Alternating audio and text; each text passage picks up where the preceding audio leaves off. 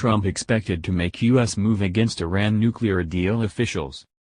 Washington, Reuters. President Donald Trump is likely to take a major step against the Iran nuclear deal in a speech on Friday, marking a more aggressive approach to Iranian activities in the Middle East that risks complicating U.S. relations with European allies. Trump is to lay out his plan in a 12:45 p.m. EDT speech at the White House, the product of weeks of internal discussions between him and his national security team. U.S. officials said Trump was expected to announce that he will not certify the 2015 Iran nuclear deal, which he has called the worst deal ever, believing the agreement is not in the national interests of the United States. Trump has found himself under immense pressure as he considers decertifying the deal, a move that would ignore warnings from inside and outside his administration that to do so would risk undermining U.S. credibility. He had certified it twice before, but aides said he was reluctant to do so a third time. The step would not withdraw the United States from the deal but would give the U.S. Congress 60 days to decide whether to reimpose the sanctions on Tehran that were suspended under an agreement that was negotiated by the United States and other world powers during the administration of former President Barack Obama. U.S. House of Representatives Homeland Security Committee Chairman Michael McCaul told Reuters that he thinks Trump is likely to not completely pull out of the deal, but decertify compliance. International inspectors say Iran is in compliance with the nuclear accord, but Trump says Tehran is in violation of the spirit of the agreement and has done nothing to rein in its ballistic missile program or its financial and military support for Hezbollah and other extremist groups. White House Chief of Staff John Kelly said on Thursday the U.S. approach toward Iran is to work with allies in the Middle East to contain Tehran's activities. We have footprints on the ground, naval and air forces there to just demonstrate our resolve, our friendship, and try to deter anything that any country out there may do, Kelly told reporters. European allies are warning of a split with the United States over the nuclear agreement since they are benefiting economically from a relaxation of sanctions.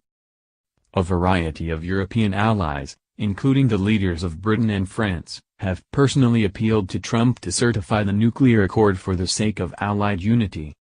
It's imperative that Europe sticks together on this issue, German Foreign Minister Sigmar Gabriel told the R&D German newspaper group. McCaul said he expects Trump also to announce some kind of action against the Iranian Revolutionary Guard Corps. Trump is under a legal mandate to impose U.S. economic sanctions on the organization as a whole by October 31 or waive them. U.S. sanctions could seriously hurt the IRGC as it controls large swaths of Iran's economy. The group's foreign paramilitary and espionage wing, the Quds Force, is under U.S. sanctions, as is the Quds Force commander, other officials and associated individuals and entities.